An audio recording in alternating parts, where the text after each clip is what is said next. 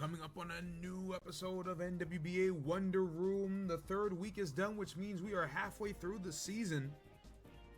Ambertown had their hands full this week against Corway, no longer under suspended operations, who stepped up as the new GM of Corway. Luck always seems to run out of luck when he takes on Will, but would he even need it this time around as Smallville takes on Veilstone? Would Hartmann be able to win the key to Toronto as former student takes on former teacher? Would Miss Troughton finally get a win against a notable opponent in Kid Akami? One half of the season down, week 3 of NWBA Wonder Room coming up next.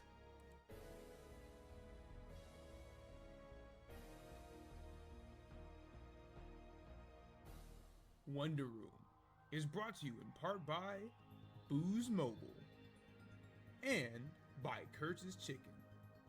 And now for your host, King Vasser. Hello everyone and welcome back to Wonder Room. We have officially hit the halfway point of the season, so now is a really good time to take a step back and look at where teams are at, what we can expect in the second half of the season, so on and so forth. It's gonna be a pretty interesting episode, but first we've got more important news to cover. Last time we saw each other, we mentioned that Corway would be suspending operations for the remainder of the season. That is no longer the case. As you can see, the logo looks a little unfamiliar, but familiar at the same time to longtime fans. That is because the King Aegis, former GM of the Osiris City Imposters, the Season 3 NWBA champion of the Snowball City Savants, has once again returned to the fold to take over Corway's operations for the remainder of the season. So we thank King for his service and welcome him back into the NWBA. So for the remainder of the season, it will be King as our 16th GM in place of the departed Z. And of course, King, one of the most storied GMs in NWBA history, wastes no time getting his hands dirty. First setback being against the undefeated Ambertown Auroras. King has always been known for bringing the weird, crazy stuff that finds a way to work. Would he be the one to finally take down Ambertown's undefeated streak to start the season? Elsewhere, you've got Veilstone and Mauville in very interesting interleague action. Will and Logan as GMs have a pretty one-sided history. Will almost always finds a way to thrash Logan in sets. It's a battle of very strong Sun versus a very solid team that can function very well in the rain. Who wins the weather war in that part of the schedule? Elsewhere, two important Sapphire League showdowns. The Battle of Toronto, Humalau and Hartmann met on Versus Seeker to figure out who would take the first matchup between good friends Kobe and Ballheat, especially considering that both teams would really like to get a win to get right back into the playoff race in the Sapphire League. Elsewhere, you've got teams whose fortunes have been a little bit better up to this point in the season, Kid Akami and Miss Troughton. CJ, at this point, is already going to surpass his previous 2 seasons as the best season in his career, but you have to worry about every matchup. Could Beku find a way to sneak a set against a team that is in contention to win the Sapphire League ribbon? We start with the NWBA's first edition of the Battle for Toronto. Hartmann and Humalau, Ballheat and Kobe, good friends, going at it for the first time on the battlefield. Okie dokie able to get off that toxic chain on the Rhyperior at the very beginning of the battle. Some more back and forth switching. And the Salamence goes for the DD on Incineroar. Parting shot comes out, and then Ballheat immediately goes for the Terra Steel to not get blown up by the Azu Play Rough. But unfortunately, the attack drop comes through, so Salamence has to switch out. Kobe reads it, goes into Incineroar, gets off the knock on the Hatterene, doesn't pick up the KO, but the Flare Blitz right after is going to do so. So an early lead for Humalau in this first game. Okie dokie comes in, starts to bulk up. You see the Willow comes out, and the Rossberry, you remember this from last season. Okie dokie gets off the knock, but doesn't get the Toxic Chain, and the second Will-O-Wisp isn't going to miss. So Incineroar able to put this thing on a timer and go for the parting shot as Golden Go comes out on the balloon, notably. Gets off the big Psychic, so Okie dokie goes down, so Samurai has to come in, try to get some damage off, but of course has to miss the first ceaseless. Picks up the KO right after with the Razor Shell, which is nice, but it gets threatened out by the Mienshao. Hoopa comes in. Cyclozar in. Gets off the knockoff on the Salamence coming in to get rid of that Rocky Helmet, which is fascinating, by the way, to see Dragon Dance Rocky Helmet come out from Salamence. Gets off the EQ on the Azumarill, takes a good chunk of damage with that liquidation, and on the second one gets blocked by the Golden Go. Salamence going for Roost now, but that Shadow Ball is going to do a lot of damage. That's not very easily sustainable, and definitely not after the Spit Death Drop. So Salamence cuts its losses, goes for the Breaking Swipe, wanting to be a pseudo gouging fire, if you will, before it goes down to the Shadow Ball. Excadrill comes in, takes nothing, you know that's AV, gets off the EQ, so Golden Go goes down. But the Azu Aqua Jet's gonna be able to pick up the KO right after and get off a decent amount of HP on Samurott before going down to a Ceaseless Edge. Mienshao comes in, gets off a huge amount of damage with the U-turn. Rhyperior is gonna be able to come in. The Razor Shell misses. It's not going to matter that much because Rhyperior is slower than this thing, but Balheat goes for a Ceaseless Edge instead. So Rhyperior picks up the KO with the EQ. Mienshao comes in, gets off the knockoff. You know this thing is scarfed, so it's faster than the Hoopa as Humala picks up game 1. Game 2, Samurai H immediately getting off a Ceaseless Edge, so gets up a spike, takes a lot of damage from the EQ, but goes for the Razor Shell right after. Incineroar not really a switch into that, so now Kobe's gonna have to switch out again, goes into Cyclozar, and then he gets popped by the crit Ceaseless Edge. So now Hazard's gonna stay up, and a big part of Humala's defense goes down. Some more switching back and forth. Excadrill comes back in on Golden Go, you know how it works. Incineroar comes in, gets hit with an Iron Head.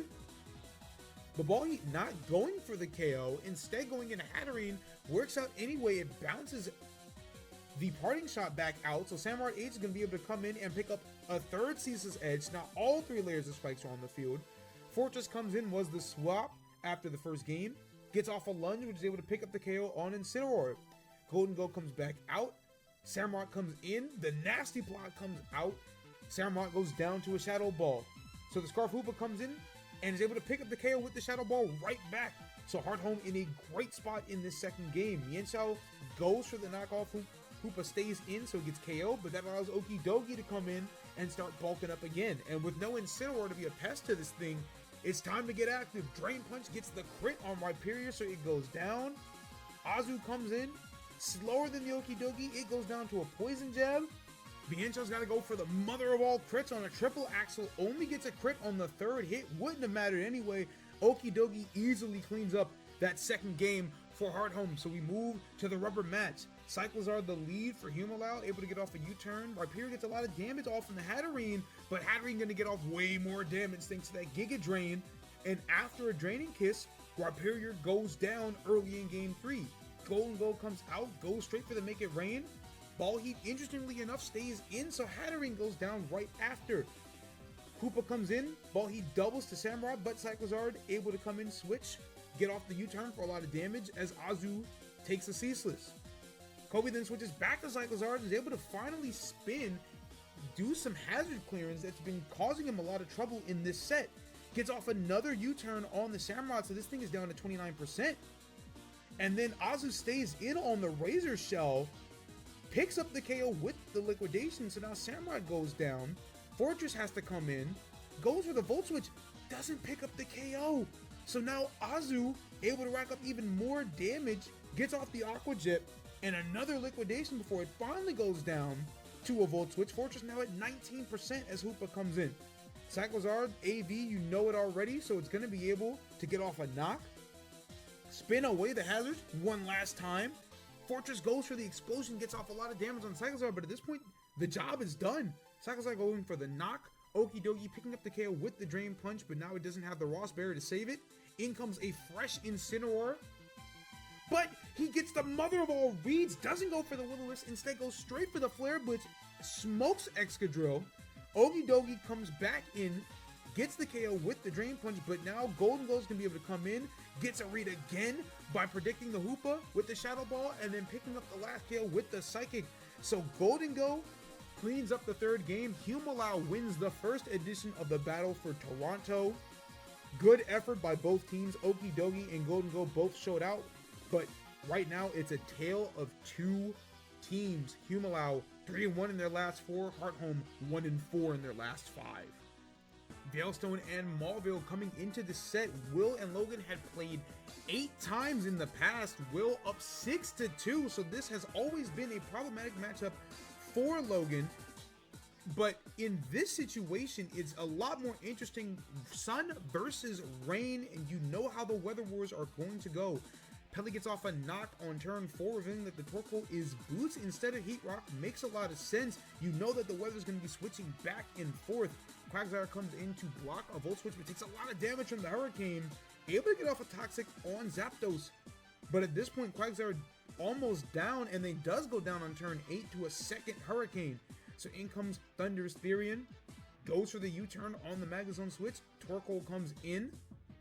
Thunder's Therian comes back in to block the Volt Switch. Smart maneuver, and then reveals the Weather Ball. Magnezone goes down. So Pelipper's going to have to come in to switch the weather. Will immediately goes into Torkoal as Logan hard switches into Zapdos. Thunderous blocks the Volt Switch again, and then picks up another KO with the Weather Ball. So Thunderous Therian already doing a lot of damage. Pelipper comes back in. Logan hard switches again, this time to Landorus. Will reads that too, picks up a third Weather Ball KO, this time with the Weather Ball and the rain on Landorus. So now Basket Legion Female's got to come in. Torkoal gets rid of the rain, dies to the crit Shadow Ball, but at this point, Pelipper almost down, goes down to a Giga Drain from Venusaur. And so it's down to Basket Legion Female and Ogerpon, but the Ice Beam is going to take care of Venusaur, but it's only going to do 12% to Primarina. So the Weather Ball from the Primarina now coming out, doing a huge amount of damage to Basket Legion Female, even on a resist. So it goes down after a second one. In comes Ogerpon, picks up the KO with the Horn Leech, so this thing's back at full. Goes for the SD, knowing that it can eat a hit. Draco Meteor does in fact land, and then Will wisely going for the Terra. Logan not able to predict it, goes down to the Dragalge Sludge Bomb on turn 23, so game 1 goes to Veilstone. Game 2, Torkoal and Magnezone the lead, and Logan going straight for the Tri-Attack chip, getting a lot of damage off on Torkoal, who gets up rocks and a healthy amount of damage on the Magnezone. Dragalge comes in, has to eat another Tri-Attack, and then has to eat a Flash Cannon, gets the Spadef drop. The Draco Meteor not going to be able to pick up the kill after the burn damage, so Magnezone's going to be able to get off one more big hit, this time on Quagsire, before it finally goes down to the burn damage. So gets off a lot of chip. In comes Landorus Therian to put up the rocks. Quagsire goes straight for the recover, back up to full. The EQ comes out, does a lot of damage. Quagsire able to get off the Toxic. But Logan at this point making an adjustment, is just going to stay in with a lot of these mons. It's what worked out for Will really well in the first game, so Logan makes the adjustment to do the same in the second. Able to U-turn out that time, gets in Ogerpon, and then Horn Leeches on the Quagsire. Will maybe trying to predict that Logan will go for something else. Instead, hitting what's in front of it, takes out the Quagsire, takes out the Torkoal with the Ivy Cudgel. So now the sun is going to be gone the next time Pelipper comes in. Landorus goes down to a Venusaur Giga Drain, but of course Pelipper comes right back in. So now game 2 is heavily in Mauville's favor. Pelipper gets off the knock, goes into Zapdos, which is able to eat the Draco Meteor, and then lands, of course, the perfect accuracy Hurricane in the rain. Dragalge goes down, Thunderous T gets the revenge kill with the Weather Ball, but at this point, it's time for Basket Legion Female to eat.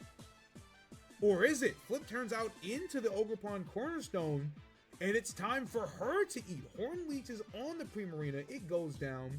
Venusaur gets outsped, goes down to an Ivy Cudgel, and of course you know Thunderous Therian is nowhere nearly bulky enough to take that thing, so a great answer back from Mauville in game 2 to even up the set.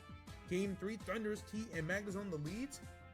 Logan once again standing his ground. Magnezone gets off a big Tri-Attack. Quagsire gets the EQ off, but on the Ogerpon, Logan going straight for the big damage, goes for SD. Quagsire is able to get off a Toxic, so Torkoal takes the Horn Leech, doesn't get that much HP back, but now something's going to take a Cudgel. Quagsire gets hit and it crits, so it does a ton of damage. But Logan deciding to switch out before Ogerpon can take any more unnecessary chip from the Toxic. There's some more back and forth with the weather. Pelly gets another knockoff on the Torkoal and then U-turns out into Landorus. Torkoal gets up the rocks. Thunderous T comes in as Lando gets up rocks. Magnezone comes in, and you know something's got to eat a Weather Ball, so Magnezone has to go down. Ogerpon comes back in to go for the revenge KO. Heatran comes in, was the swap in Game 3, but takes a lot from the Ivy Cudgel. So Heatran gets the Protect off, stall this thing out a little bit more, but Quagsire is going to have to go down here as Ogerpon picks up another KO before going down to the toxic damage.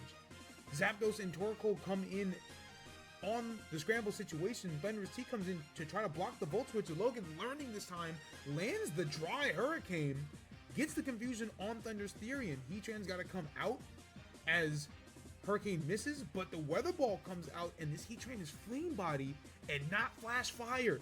So Zapdos is going to be able to pick up the KO after a second Weather Ball on the Heatran. Venusaur is going to have to come in, goes for the Terra Water to live the Hurricane, but Logan reads that, goes for the Volt Switch, so Venusaur goes down. Thunderous Therian is going to have to come in on rocks. It's not going to do nearly enough damage to Lando with the Grass Knot. It goes down to a U-turn. Zapdos comes back in. Torkoal gets one last opportunity to set up the Sun, but at this juncture, it's not going to matter. Zapdos is going to pick up the KO on that. Going to pick up a lot of damage on Primordial and get the para for good measure before finally going down to a Draining Kiss. Basculegion Female comes in, Terror's Ghost, and finishes it off with a Shadow Ball. So Mauville picks up the big victory in interleague play over Veilstone, Ogerpon, and Zapdos combining for 12 KOs and 20 points. Mauville moving to 5-2-1 on the season, and maybe better for Logan Psyche, 3-6 all time against Will and Veilstone, who drops to 3-5. High drama as Coralway takes on Ambertown. King's first set of the season as GM of Coralway, and boy howdy was this a long set. We move immediately to turn 8 where Meowscarada comes in on a Gastrodon press and recover, but goes for the U-turn instead of the flower trick, so Aleph able to get off rocks. Tauros, Paldean Aqua is in, and King sets up the sub, and then Terra Water, so Comfey able to break this up with the Draining Kiss, but the Wave Crash is going to come through and easily dispatch of the flower Pokemon. So early lead for King. Dragon Ball goes for a T-Wave, misses once, misses twice on Toxapex, so Toxapex able to get off the Toxic instead. Third time's the charm for Dragapult, and even gets a full para for its trouble, so Gastrodon is able to come in, as Toxapex reveals Acid Spray could potentially come into play later on in the set. Another full para, so Aleph able to recover, get out some spikes before Toxapex is finally able to Toxic this Gastrodon. Donphan comes in, potentially looking to Rapid Spin. Aleph goes to Pult to block it. Instead, King gets up his own hazards. And so, Aleph, cutting their losses, gets some damage off on Donphan before going down to the Earthquake. And here comes the big man, Titan, picking up the KO with the Icicle Crash. Klefki's got to come in afterwards. Aleph going straight for the Terra Ground. Gets off the Belly Drum, but you see how much that foul play is doing from Klefki. And it's faster than the Titan, so Titan having to go for Ice Shard before it goes down to Klefki. So Lucario's going to have to come in, pick up the KO with the E-Speed. So King retains the lead up 4-3 now. In comes Raging Bolt. Lucario goes for the CC, but it's not going to get the KO even after all that hazard damage. But Raging Bolt isn't going to pick up the KO with Dragon Pulse either. So Lucario gets off the E-Speed, goes down to the Life Orb chip. But now it's a 3-2 game. Tauros comes in, takes all that hazard damage, reveals the Lychee Berry. Mandibuzz is able to come in, takes the Trailblaze, but also lives the Wave Crash. So Tauros, Paldean, and Aqua not being able to pick up the KO. It's now 2-2. And this endgame was here for a long time. Aleph choosing to get rid of hazards. U-turning out into Gastrodon as Toxapex recovers. And so here are the stakes. Gastrodon can take Toxapex out if it lowers its special defense enough with Earth Power and gets a few full paras. But Toxapex is able to get off the Toxic on Mandibuzz, so now both Pokemon on Aleph's side are on a timer. Gonna have to spam Roost and recover as much as they can in the right spots. King trying to keep Toxapex in as long as possible. Look for an opportunity to get in Meowscarada because you don't want that thing getting popped by a Mandibuzz U-turn. Turn 53, Gastrodon goes for an Earth Power, so you see how much damage this thing is doing at -1. All it needs is Toxapex Para to be able to pull this off. But on turn 57, Meowscarada finally finds an opportunity to get in on the Mandibuzz, goes for the triple axle, gets all 3 hits, but it doesn't do enough to KO. But Mandibuzz U-turns out, so as a result, Mandibuzz can't come back in because it's gonna die to the toxic damage. Only 1 hit on the Gastrodon, very unfortunate for King as Meowscarada goes down there. But now there is an opportunity for Toxapex to win as long as King doesn't get too unlucky with these paras or these Spadef drops.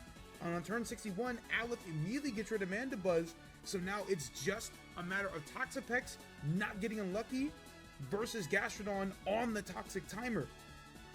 Turn 63, not another no drop, no para, so Toxapex back up to full. Gets fully parried on turn 64, but still doesn't get the drop, which Aleph needs more than a full para. Doesn't get either on turn 65. Now Toxapex is able to do a little bit of damage to this thing. Doesn't want to press water move in the event that this thing is Storm Drain. Aleph able to get off a recover as Toxapex is fully parried, but you see that toxic damage is doing more and more. Another Earth Power with no drop, no para as Toxapex able to get off the recover, and on turn 69, finally gets the drop, but it's not gonna matter. Gastrodon goes down to the toxic damage, so King takes a brutal game 1. On to game 2, Meowscarada the lead on Pult. Mandibuzz comes in, gets knocked immediately.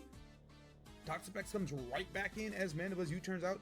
Suicune is the swap for the Comfey, and you know what this mon is about. It's time to sub, it's time to calm mind, but not necessarily to set up sweep, more so to stall out King. Aleph realizing that regular Suicune can in fact get off an opportunity to stall against this team, get rid of some PP, and find an avenue to win in the late game. Turn 7, King finally decides to stop playing that game and calm minds up, and Aleph, respecting the electric type, goes into Pult as it gets read by King, goes down to the Dragon Pulse. And on turn 10, King, after doing good damage to Gastrodon, goes for another Calm Mind, expecting maybe a switch, but instead, Aleph stays in, gets off some good chip, and now Titan can come in, Terra Ground, EQ, get rid of Raging Bolt. In comes Donphan, ISO crashes raw, and then King reads it with the counter. Excellent play there from King. Could have been a belly drum situation. Instead, King reads it perfectly, and then gets off the Endeavor on the Suicune as well. So now King up 5-3. Aleph goes for the Scald after the Protect, gets rid of the Donphan. We move to turn 25.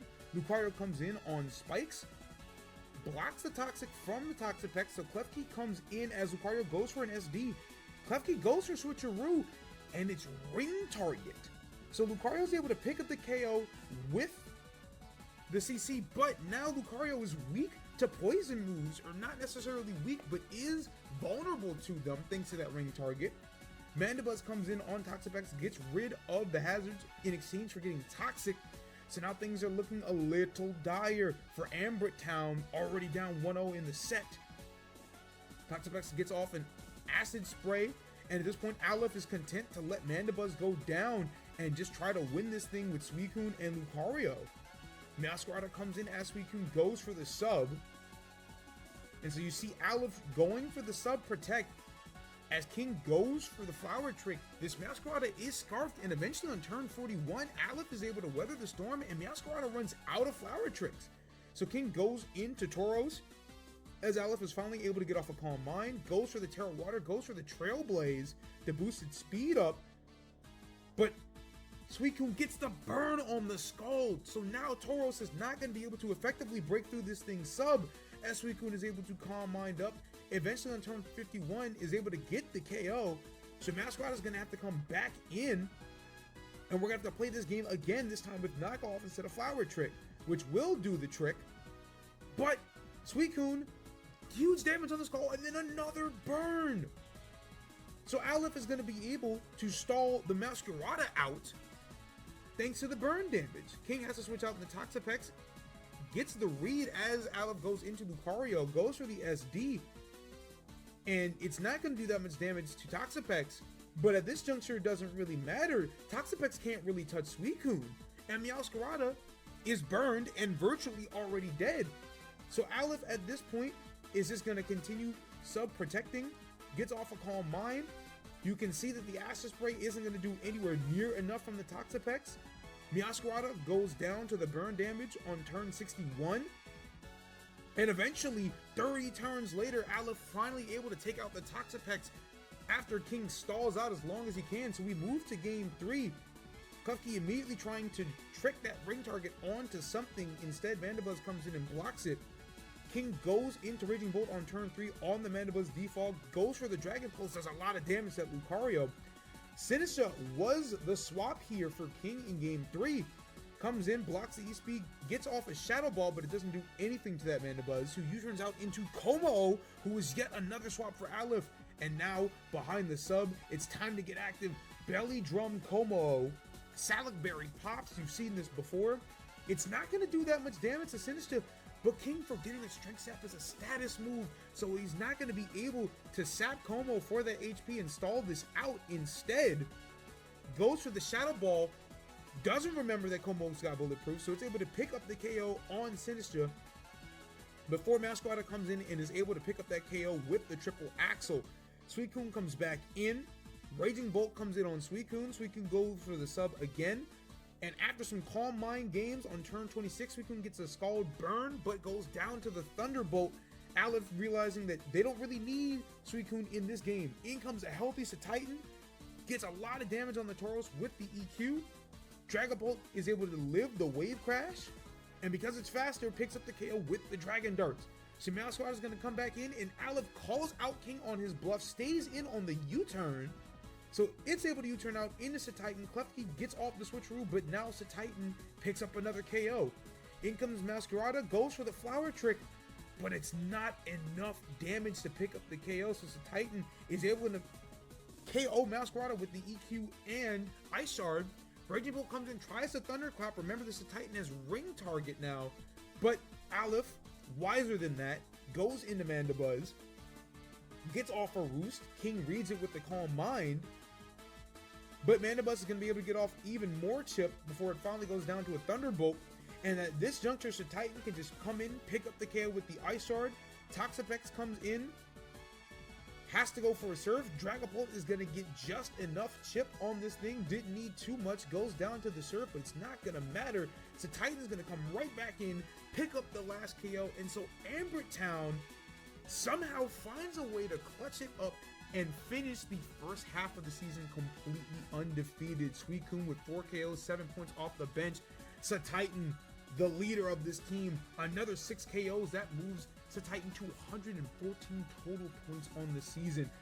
Great effort from King in his first match in Season 7, but it wasn't enough to pick up the big W.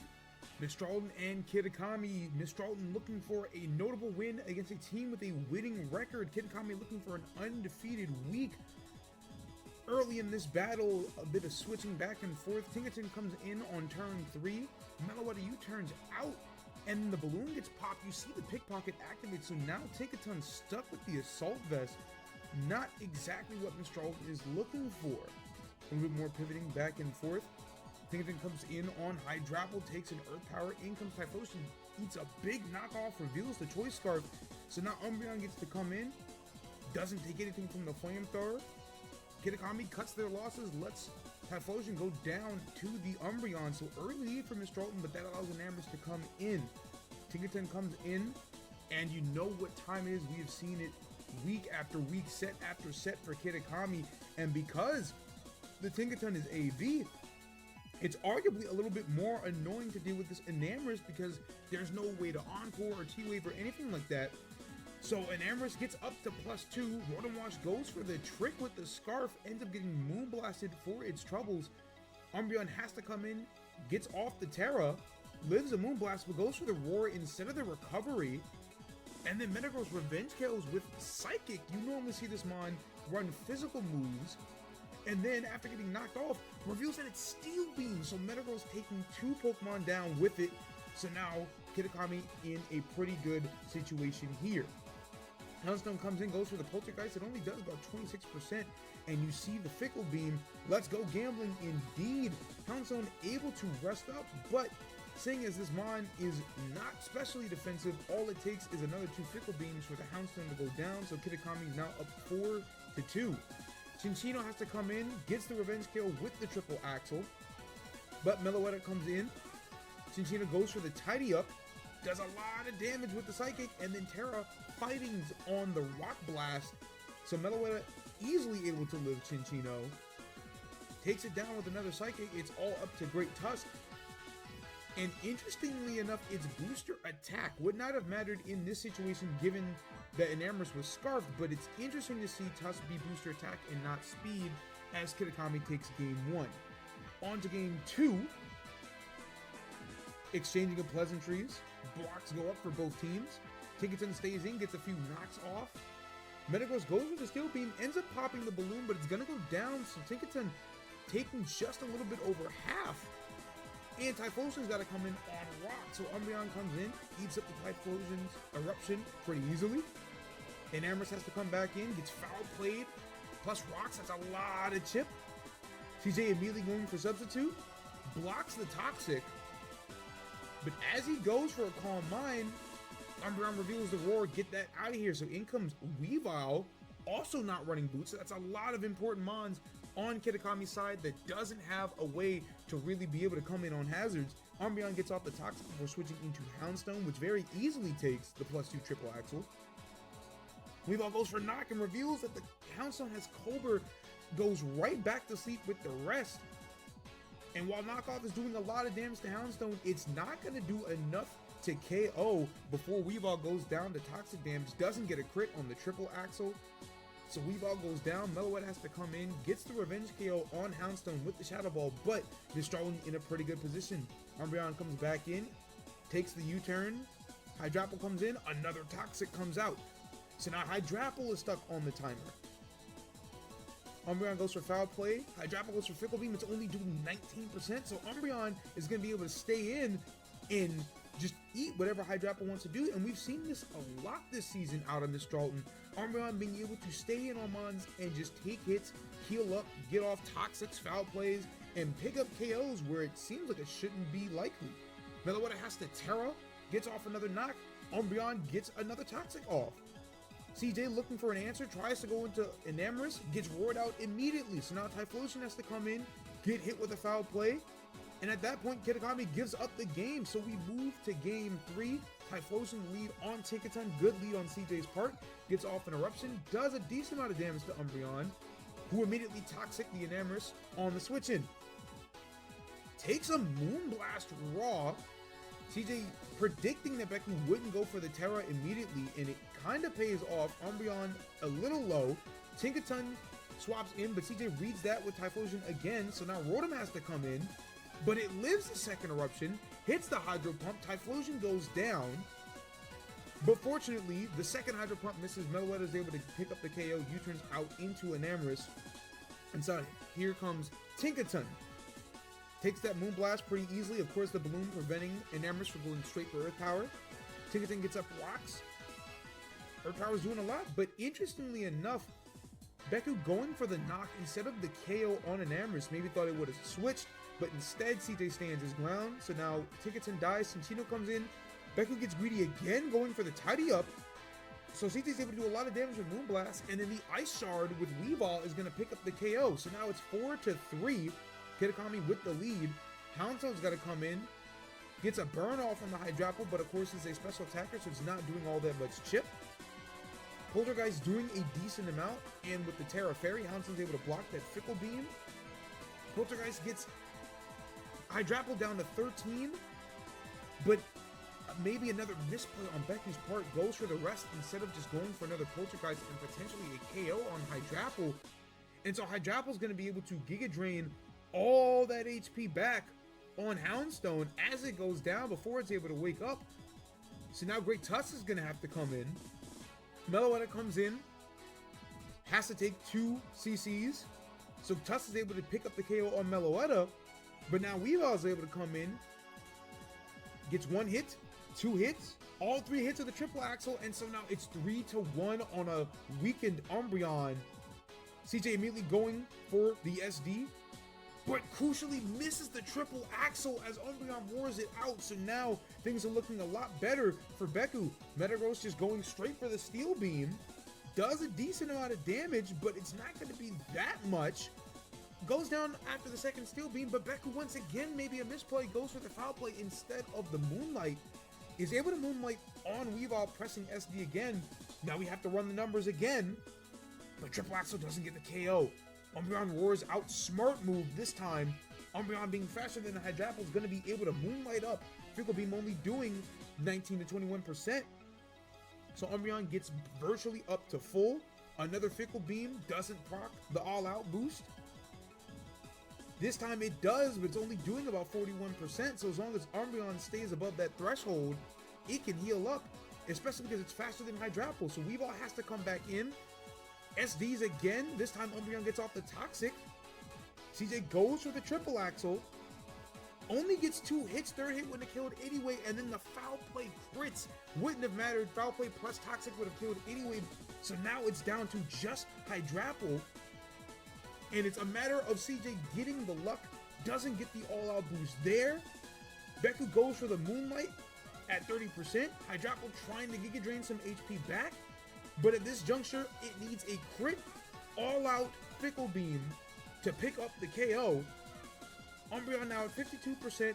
One more foul play, one more Fickle Beam. It gets the crit, but it doesn't go all out.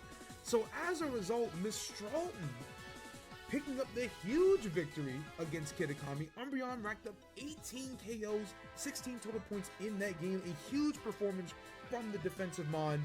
Mistralton moves to 6-5 on the season, 4-3 against Sapphire League opponents. Kitakami, unfortunately, unable to finish off the undefeated week, still sits well at 6-3, but a very notable loss for them at this point in the season. We move now to the By the Numbers segment of today's episode, and we're just going to give you a heads up now. No bonus points for guessing who ended up winning Pokemon of the Week for the Ruby League. But of course, we start with the Ruby League standings. Ambrit Town with another undefeated week that moves them to 11-0. They have not been untouchable to this point in the season, but at the end of the day, a win is a win. As long as you get that win, it does not matter how you get there. And Ambrit Town has found a way to win in every set they have played thus far this season. So that is a perfect undefeated half of the season. We will see if they can keep that up in the second half, or if somebody can finally crack the code on how to beat this team. Sirchester also clocked in an undefeated week, so they moved to 8-2-1 on the season. So you're starting to see a lot of separation from the top two teams in the Ruby League from the rest. Obviously, Ambrit Town still has a big gap on Sirchester, but with a rematch looming, there is an opportunity for Sirchester to gain a little bit of ground. Mount Coronet's 3-1 week moved them up to third in the standings, sitting now at 5-5-1, perfectly at 500. Coralway, under ownership of King, went 2-2 this week, so they moved to 4-6-1, good for fourth in the Ruby League. Sunnysore and Veilstone both sit at 4-7. Sunnysore had a 2-2 week and got the head-to-head victory over Veilstone, so they jumped them in the standings. Veilstone, a not very good week at all, just 1-3, including dropping both of their Ruby League sets. Black City and Sicily bring up the rear at 3-8. Both went winless over the past week, so they lose some important ground in the Ruby League race, but we still have a half of the season to play, so by no means is that Ruby League wildcard race settled whatsoever. Over on the Sapphire side of things, New Moon and Kitakami both still tied at the top. New Moon getting the edge by virtue of their head-to-head tiebreaker. Both had 3-1 weeks, so they both sit at 8-3. Important note that both teams beat the third place Mauville Milotic, so that gains Nico and CJ a little bit of ground on the rest of the Sapphire League right now. Mauville had a solid 2-2 week, so they stand pat at third place at 6-4-1, but the gap has closed. Mistralton had a great week, going 3-1, including the big win over Kitakami, so they now sit at 6-5, just half a game behind Mauville. Humalau also went 3-1 the week, got the big win over Mistralton, so they sit at 5-6, and now 5th place in the Sapphire League. Heart Home and Nacreen City both went 1-3 on the week, and not what you want to see for teams competing for wildcard spots. They sit at 4-7. only a half game back, but they have some pretty important tiebreaker losses. Hartmann losing to Humalau, both teams having already lost to Mistralton, so that's going to loom large in the back half of the season. And then Little Root 0-4 on the week. They now sit at 3-8. So less time for them to turn things around. Still have an opportunity given that they have a head-to-head win over Humalau, but they've got to start making some things change, and fairly soon, if they want to get back into this wildcard race. For the power rankings ahead of week 4 play, we finally see a little bit of continuity from the previous week's edition of the power rankings. Ambert Town, Sirchester, Kitakami, New Moon, and Mauville still hold the top 5 spots. It's everywhere else where you see the movement. Humalau, Mistralton, and Mount Coronet were the big movers this week, moving to 6, 7, and 8 respectively. Humalau edging out those two teams just by virtue of their head-to-head wins. Veilstone drops to 9th place, ahead of their contemporaries at 4 and 7, just by virtue of some of the other sets they played earlier in the season, but their potential to drop further is very high given the quality of play over the last week. Corway and Sunny Shore move up to 10 and 11, given their pretty solid weeks, bounce back weeks that were very much needed for those two factions. Hartholm, Nacring City, and Little Root, the 3 teams at the bottom of the Sapphire League, drop down to 12, 13, and 14. And then Black City and Sicily, the bottom 2 teams in the Ruby League for the power rankings at 15 and 16. Again, power rankings, not exactly a reflection of the standings up to this point, but we are starting to see a little bit more separation from teams at this juncture. It's still going to be a crazy race in the back half of the season, but for now, those top 8 teams starting to pull away just a little bit on the competition. A lot of new faces on the Week 3 stats leaderboard, but of course there's the one big looming threat that hasn't left yet. So Titan once again leading the league in KOs and points on the week, 21 and 38 respectively. Ogrepon Cornerstone had a big week for Mauville, putting up 17 KOs and 30 points, both second in the league.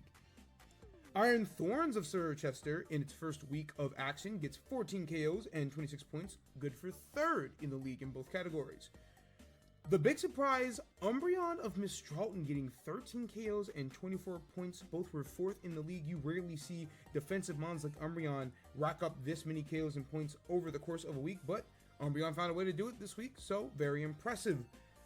For KOs, the 5th place tie at 12 goes to Lucario of Ambert Town, Basket Legion Female of Mauville, and Rotom Heat of New Moon.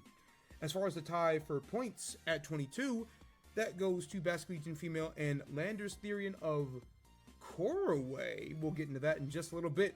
For the time being, Landers Therian in that tie in points at 5th place. And also leading the week in assists, a whopping 17. We have not seen that many assists on the board thus far this season, but week 3, Mons came out to help their team in a big way. Landers Therian with 17 leading the way. Swampert of Sirchester with a whopping 15 in 2nd place. Cleavor of Corway picking up 11, so that's 3 Mons getting double-digit assists on the week. And then the tie in 4th place, Ting Lu of Sirchester and Fortress of Hartholm with 8. For the points per game leaderboard, Haxorus, the old veteran, finally rejoins the stats leaderboard. It's been a while since we've seen this Mon bouncing back in a big way after not being rostered last season. 5 points per game and 2.5 kills per game were both top in the league this week. Torterra of Mount Coronet picking up 4 points per game and 2.3 kills per game, good for 2nd. Typically that spot is occupied by Gliscor. We've seen that Mon often. This week it's the teammate Torterra fulfilling that role. Crocodile of Veilstone getting a rare appearance, 3.5 points per game and 2.0 KOs per game on the week. Toxapex of Corway at 3.5 points per game. That is good for a tie with Crocodile in 3rd. Again, a defensive mod. You don't normally see them put up points like that, but Toxapex, very effective this week.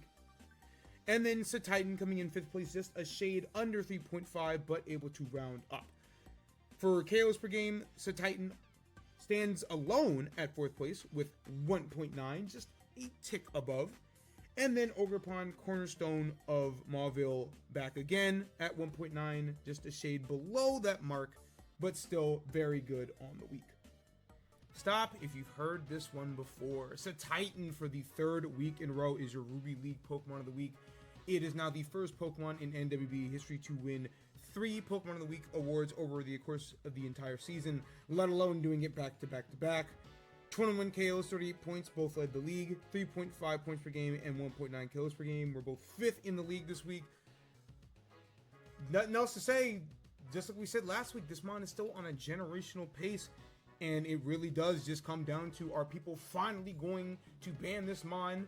Or are they going to try to take this thing head on and stop it themselves? Because it's still on pace for 228 total points. Who knows how far this mon is going to break the records for the rest of the season if it doesn't get banned from here on out. Over on the Sapphire side of things, we finally see some actual change. It is not a Kitakami mon, it's Overpond Cornerstone of the Marvel Milotics taking the award for the Sapphire League in Week 3. It's 17 KOs and 30 points. Led the Sapphire League, it's 1.9 KOs per game. We're 2nd in the Sapphire League, and its 3.3 points per game was still pretty good over the course of the week. This mon came through in a big way for Mauville in their wins over Veilstone and Black City, and it would not be that big of a surprise to see this mon continue to put up huge numbers and be the most important non-rain abusing mon on this roster for the rest of the season. We now move on to the final segment of today's episode as we look ahead to Week 4. Things have finally cooled down a little bit in free agency, but that doesn't mean that there weren't more important, impactful decisions being made. And of course, seeing as how we're moving on to the back half of the season, there are some very important sets that are going to take place from here on out. The first mid-season trade of Season 7 comes courtesy of Mauville and Koroway. Obviously, both teams have undergone a lot of roster reconstruction, given that Luck and King were interim GMs for these two factions. Landorus T gets swapped with Raging Bolt in an OU for OU trade, just straight up. Interesting decision for both of these teams. For Koroway, this gives them a little bit more balance. Obviously, Landorus Therian is one of the more versatile mons in a draft league format, has been very defensive for Mauville thus far, but with 145 attack and a solid speed tier, you can always run Scarf. A lot of utility moves. It's always hard to figure out what exactly Landorus is going to do, and in the hands of somebody like King, who likes to build the weird stuff, who knows what he's going to put on the table for Landorus to work with. In the meantime, Mauville acquires yet another mon that can make perfect use of the rain and is very strong outside of it. So this makes Mauville very dangerous in the rain when you consider Zapdos, Basculegion female, Magnezone, and now Raging Bolt. So it's going to be really interesting to see what Mauville does in the back half of the season after acquiring such a heavy hitter like Raging Bolt. It was another pretty active free agency week. A lot of the same teams that we've seen before making some moves, and a lot of the movement, once again from Hiwala, but also of Koroway, makes sense. There's a lot of roster overhaul when a new GM comes in to take over the reins. We start with Leaderboard getting rid of Alolan Sandslash for Avalugg. They were memeing about this early in the season, but no one really thought it would actually happen. But here we go. Alolan Sandslash now off the roster for Avalugg. Important to note that Littleroot is now one of the 2 teams in the league that only has 1 Terra Captain as of right now. So we'll see if they make any moves later on in the season, replacing one of those PUs maybe to get a Terra Captain, but for now, it's just Latios on that roster. And in the case of the actual swap, Avalugg and Alolan Sandslash kind of doing the same thing. That being said, Avalugg doesn't have the benefit of being a Slush Rush sweeper under the right circumstances, so interesting to see this one. Maybe AZ just wanted the more physically defensive inclined mon, but again, because you can't Terra this one, it's odd for certain to see what this mon is going to bring to the table. Koroway had 4 moves on the week. Their first move was to get rid of Bronzong to sign Inteleon, which actually went into play over the course of the week itself. The other moves didn't take into effect until after the week, but Inteleon, a mon that King is very familiar with, used it in Season 2, so brings it back into the fold. Koroway's second move was to get rid of Quillfish H to sign the released Porygon 2 from earlier in the season, making that a Terra Captain in Terra types in Water and Fairy. Had King a lot of success in the previous season with Snowbell City, so it would make sense that King would bring this one back as a Terra Captain. Himulao continues to reshape the roster, gets rid of Milotic for Indeedee female, making it a Terra Captain with Terra types in Fairy and Steel. So it seems that Kobe wants to put a little bit of side terrain on this team.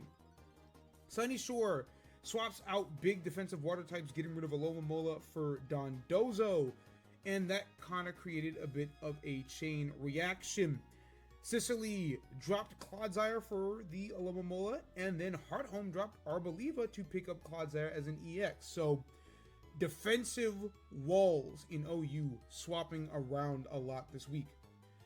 Corway opt to get rid of Donphan to sign Hoopa Unbound, so we're getting a lot of offense back on this roster.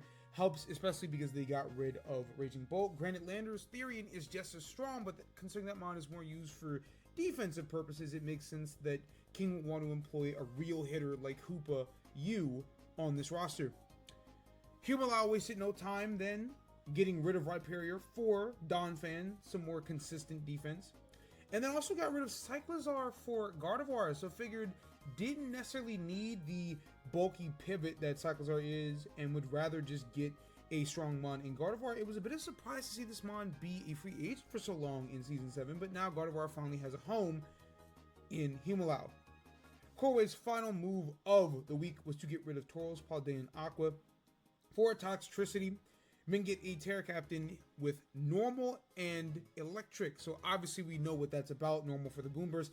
Electric, a bit of an interesting decision. King would rather boost the overdrives and the volt switches rather than make this thing Terra Ice and give it more obnoxious coverage. We will see just how well he's able to utilize that. Littleroot's second move of the week was to get rid of Quaquaval for Hawlucha. Hawlucha, a mon that a lot of people write off, don't really like the mon, has to set up to really get things going. But for what it's worth, Littleroot has been running a lot of Psy spam in the past few weeks, so it makes sense, given that that is going to be their offensive identity going forward, that they would employ a mon like Hawlucha. Quaquaval, still a very good mon, just doesn't fit what Littleroot wants to do for the remainder of the season. So that's a pretty good UU mon now on the market as free agency starts to wind down and the deadline looms ever closer. The last move of the week was Mauville getting rid of Glacier. Didn't actually play any games off the bench. Luck figuring that this could work, but would rather go for something a little bit more certain. Picks up the released Tauros, Paldean Aqua. Men get a Terra Captain in Water and Steel. Water, of course, a very good defensive typing, but also gives Tauros P Aqua a very good stab option. We already know that Mauville is really good as a rain team, so giving another mon that can abuse the rain is very good for Mauville as the back half of the season opens. The Week 4 schedule has always been likened to Mirror Mode, and it makes a lot of sense considering that it is an exact copy of Week 1. So we're going to see the same matches we saw to start the season, just things are in a lot different circumstances. Obviously, we've got some very important matchups. You've got matchups like Mistralton and Nacreen City and Hearthome and Littleroot, teams that are battling at or near the lower half of the standings in the Sapphire League, trying to gain some ground. You've got matchups like Veilstone and Black City and Sunny Shore and Sicily. So an opportunity for teams to get the run back on teams that they may have a loss to in the first week of the season, and a chance for those teams that are still fighting it out in those wildcard spots, or at least close to it, to either put some distance between them and their opponents or gain some ground and make the races a lot more interesting in the back third of the season. And as for our key matchups to look forward to in Week 4, obviously we just mentioned Nacreen City and Mistralton. That one is going to be a big one. Mistralton the 4 in the Sapphire League, Nacreen City the 7. An opportunity for Nacreen City to get back into the hunt, or for Mistralton to really start to separate themselves from the teams that are outside of the playoff picture. Elsewhere in the Sapphire League, you've got the number 3 team, Mauville Milotics, against the number 5 Humalao Swim team. Humalao has made a pretty notable turnaround after that first week of the season, but we will really know how back they are if they can knock off the team that currently occupies the number 3 spot in the Sapphire League in a solid Mauville Milotics team. Sirchester and Ambertown was the very first match of the season, the opening night header. And here we are in week 4, and these are the 2 best teams in the entire league, according to most people. So Ambertown with an opportunity to all but clinch a playoff spot already on the season if they can knock off the number 2 in the Ruby League. Obviously for Sirchester, if they can pull off the W, number 1, you stop Ambertown from having an undefeated season, but number 2, you close the gap and make it a lot more possible for Sirchester to snag that ever important number 1 seed in the Ruby League. As far as Versus Seeker is concerned for the week, Corway and Veilstone will go head to head. This is a very big matchup. Corway, the number 4, Veilstone, the number 6. Just half a game separate these 2 teams. So obviously the winner of this will put themselves back into a top 5 spot. But for Veilstone in particular, who has not had a lot of momentum lately, this is a very important matchup for them to get some of that back. And New Moon and Kitakami, we mentioned that Ambertown and Sirchester are battling it out, the 1 versus 2. That's not the only 1 versus 2 matchup this week. The top 2 teams in the Sapphire League get to go head to head. Nico was able to win the first matchup in a very good back and forth affair. Should Kitakami get this win, they would move to first place in the Sapphire League, obviously, but number 2, they would even up the season series so they wouldn't have that tiebreaker. We would have to go down to the finer details to find out. But also just an opportunity for CJ to grab a win over Nico. He was able to grab a win last season, the first time they played, hasn't beaten him since. Can he get the run back this time around? That's going to wrap it up for this week's episode. Thank you all for watching. I've been your host, King Vasser. Stick around. Double header action on Versus Seeker coming up next. Stay tuned. We'll see you soon.